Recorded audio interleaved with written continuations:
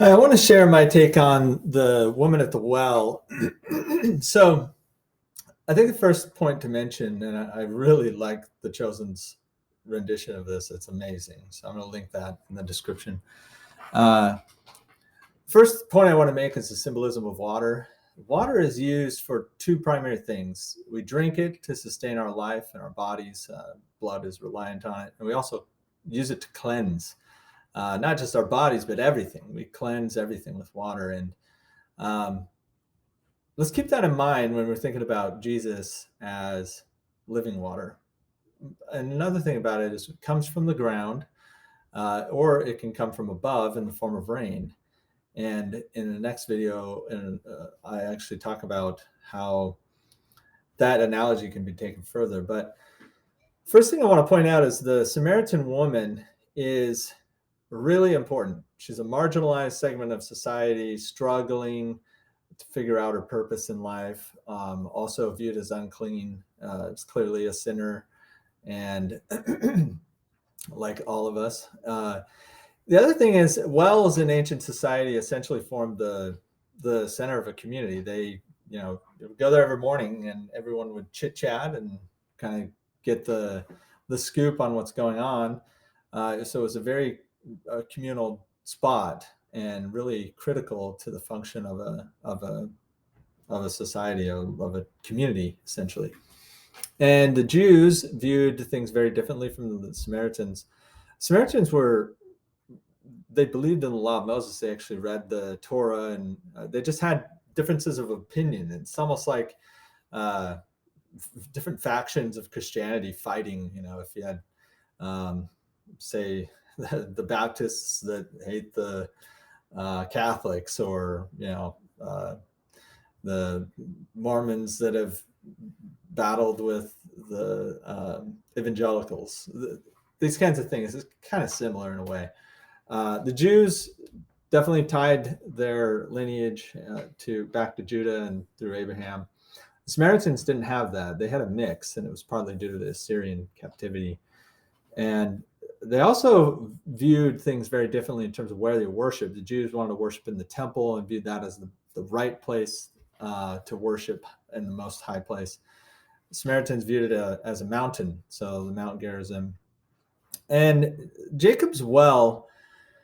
So at the time, this is the kind of thing you did where everybody knew this was tied to Jacob. This was Jacob's land, and he had built this well. So it was a really important place in history. Really significant in the sense that if you went there, you felt connected to Jacob. And so there was a bit of pride in that. And when Jesus got there, this is at noon. So it says at about the 6th hour. That's the 6 hours after the sunrise. The Samaritan woman was alone. She went there at noon in the heat of the day because she didn't want to be seen by the others that would gather there in the morning. And he was alone with her. That's another thing that was a little bit scandalous and frowned upon. So here's Jesus talking to this woman who nobody else really respects. She's marginalized again. And he's asking her, he's conversing with her. And he eventually asks her for a drink. And then she responds and in a way that's like, why are you asking me? You're a Jew. I can tell. What's up with you?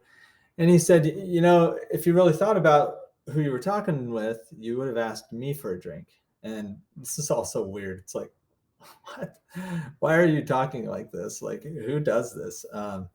And the interesting part is Jesus then points out very clearly, look, I know who Jacob is, and I also know who you are. And the way that he does that is he points out how he knows how many husbands she's had, and he knows her past. And this kind of shakes her because she realizes, oh, this is somebody that's different. I don't know what's going on here. Maybe he's a prophet. And then he ends up talking more and basically tells her, as the very first person publicly for him to say to, outside of his close-knit set of disciples, that he is the Messiah that has been prophesied. And you think about, why would he tell this, you know, the lowest person in society? Why would he start there?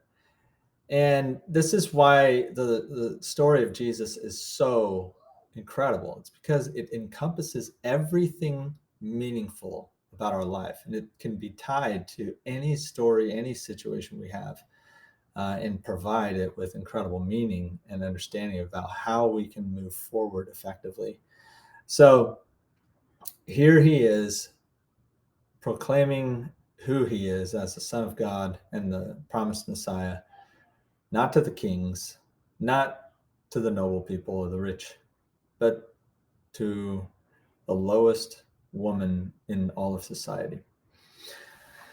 And I think that's amazing. I think it's really inspiring. It's important because he's putting an emphasis on the individual. He's emphasizing the value of every single person, regardless of their life situation. And he's making him and God's presence personal to her. And that's what I think is incredible. Here you have the spectrum.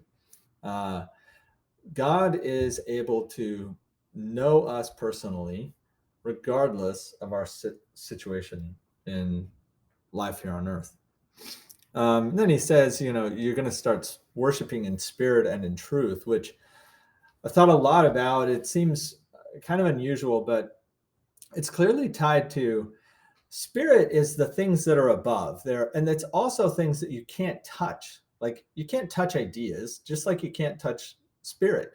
You can't touch concepts, you can't touch love that you have for somebody else. But they're real. They're obviously real. It's clearly real. And in a sense, that's so we can worship God in spirit, in a sense that in our own heart, in our desires, in our hopes, in our dreams, we can put God first. And that's one way in which we can worship him. And the other is in truth. And in truth, it's related with the scriptures, and also logic and clear understanding of what's real, and the words of the prophets and the patterns that have been documented of how life on earth works. That's truth. So we can worship God. We don't need to worship him in a mountain or in the temple necessarily, although we can, but it's not the only way we can reach him. This was really revolutionary. So this is what he was explaining to this woman, because here she is, the lowest of the low, and she can't go to the temple in Jerusalem. She can't go to Mount Gerizim. She probably doesn't have money for it or the resources to go there. And Jesus is saying, you don't need to. You can do it in spirit and truth. And that's it. So it's interesting because it's like, well, why do we even worship in temples then? What's the point of temples? Well, temples can essentially assist in our ability to worship in spirit, because they are a place of learning and of concentration, of focus solely on one thing, which is Christ. And when we're in that state of mind and we're in a building in a presence of others that are completely unified around that same goal, it can enhance our ability to worship in spirit and truth. But it's not essential to coming to a true understanding of who Christ is. And that's Jesus's point. You can still worship me outside of the temple and outside of the mountain. So another part about it that is, he talks about living water, and I'll go into this in the next video, but living water essentially means that Jesus is the source of all our life sustenance. And our life sustenance starts with our spirit. It starts with those elements of us that are intangible. And this is one of the things I think that's important. Like, not everything's tangible. And it's funny, it's like, seems so obvious that we'd say that, because but in our day and age, when science has kind of turned into almost a religion in and of itself, in the sense that the goal is to actually be able to see everything, actually be able to understand every mechanical cause and effect, and actually be able to just label things and make sure that we know that when this happens, and then this happens. And it's like, yeah, that's important. There is truth in that, but there's a world of truth in the way that our spirit works. And again, you don't even need to believe in this metaphysical concept of some magic thing. You don't even need to believe in that in order to understand spirit.